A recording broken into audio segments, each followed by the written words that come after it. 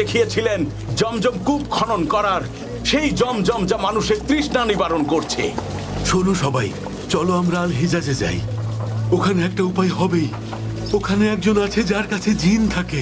তিনি যদি বলেন যে কোরবানি দাও, তাহলে দিয়ে দিও। কিন্তু এমনও তো হতে পারে উনি আমাদেরকে অন্য কোনো উপায় বলে দেবেন, তাহলে সেটা মেনে নিও। আল্লাহ সাক্ষী আছেন, আব্দুল্লাহ আমার সবচেয়ে প্রিয় পুত্র। যখন ওকে আমি বললাম নিজের ওয়াদা রাখতে ওকে আমার কোরবানি দিতে হবে, সে বলল বাবা আপনার কথা রাখতে আমি কোরবানি হতে রাজি, নিয়ে যান আমাকে। আমার পুত্রেরা, আল হিজাজে যাওয়ার ব্যবস্থা করো তোমরা। হয়তো ওখানে গেলে একটা উপায় খুঁজে পাবো। ইয়া রাব্বুল কাবা, বাঁচান আব্দুল্লাহকে। আমার চুলের পরিমাণ স্বর্ণ এবং রূপা সদকা